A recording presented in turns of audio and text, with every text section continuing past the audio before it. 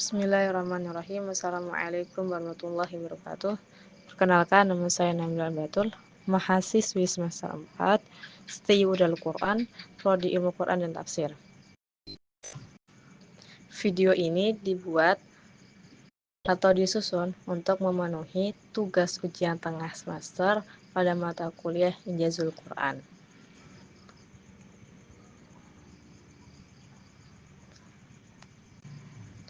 Pernah nggak kita bertanya, kenapa Al-Quran disebut mukjizat terbesar Nabi Muhammad SAW?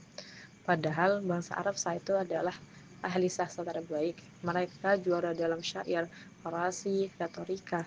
Tapi ketika Al-Quran turun, mereka tidak mampu menandinginya. Apa karena bahasanya indah? Atau karena ada sistem bahasa yang lebih dalam dan kompleks? Maka di video ini kita akan membahas tentang sejarah dan perkembangan ilmu ijaz Al-Quran dalam 3 fase utama. Selanjutnya, mari kita masuk ke fase pertama, yaitu fase historis, yaitu kesadaran akan mukjizat.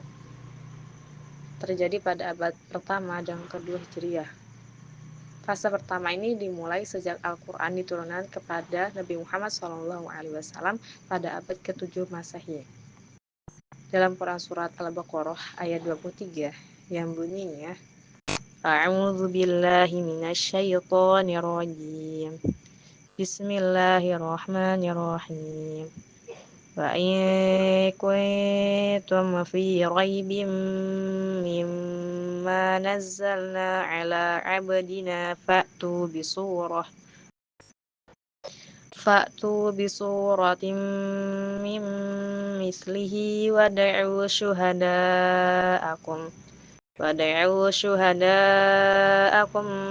min dunillahi in kuntum shadiqin. Artinya, dan jika kamu meragukan Al-Quran yang kami turunkan kepada hamba kami Muhammad, maka buatlah satu surat semisal dengannya, dan ajaklah penolong-penolongmu selain Allah jika kamu orang-orang yang benar. Dalam Quran Surat Al-Baqarah ayat 23 ini, Allah menantang manusia untuk membuat satu surat saja yang semisal Al-Quran. Namun, tantangan ini tak pernah dijawab. Padahal saat itu, tari syair sangat maju, kompetisi sastra Arab rutin diadakan. Bahasa Arab mencapai puncak kejayaannya, namun tidak satupun karya yang mampu menanding Al-Quran.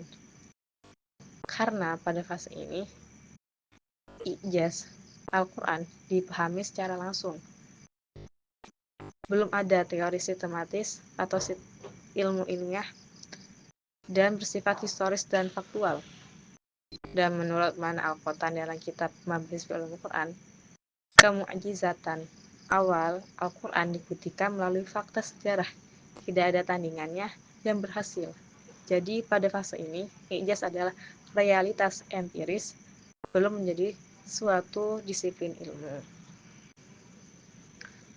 Masuk ke fase kedua, yaitu fase teologis, terjadi pada abad ke-3 sampai ke-4 Hijriah. Memasuki abad ke-3 dan ke-4 Hijriah, pembahasan ijaz mulai masuk ke wilayah ilmu kalam. Tokoh penting pada masa ini adalah Al-Baqillani melalui karyanya Ijaz Al-Quran. Maka pada fase ini juga muncul beberapa teori. Pertama, teori sarfah. Sebagian tokoh Mu'tazilah berpendapat bahwa manusia sebenarnya mampu meniru Al-Quran, tetapi Allah memalingkan kemampuan mereka. Maksudnya adalah mukjizat bukan pada teksnya, tapi pada pencegahan ilahi. Lalu kedua adalah teori balaghah umum. Sebagian ulama berpendapat kemukjizatan terletak pada kefasihan dan keindahan bahasanya. Namun problemnya adalah belum ada analisis detail tentang struktur bahasa. Masih dominan pendapat teologis, belum menyentuh mekanisme internal teks. Fase ini penting karena mulai ada perumusan ilmiah meskipun belum matang secara logistik. Memasuki fase ketiga, yaitu fase logistik analitis pada abad ke-5 Hijriah, yaitu puncaknya teori ijaz.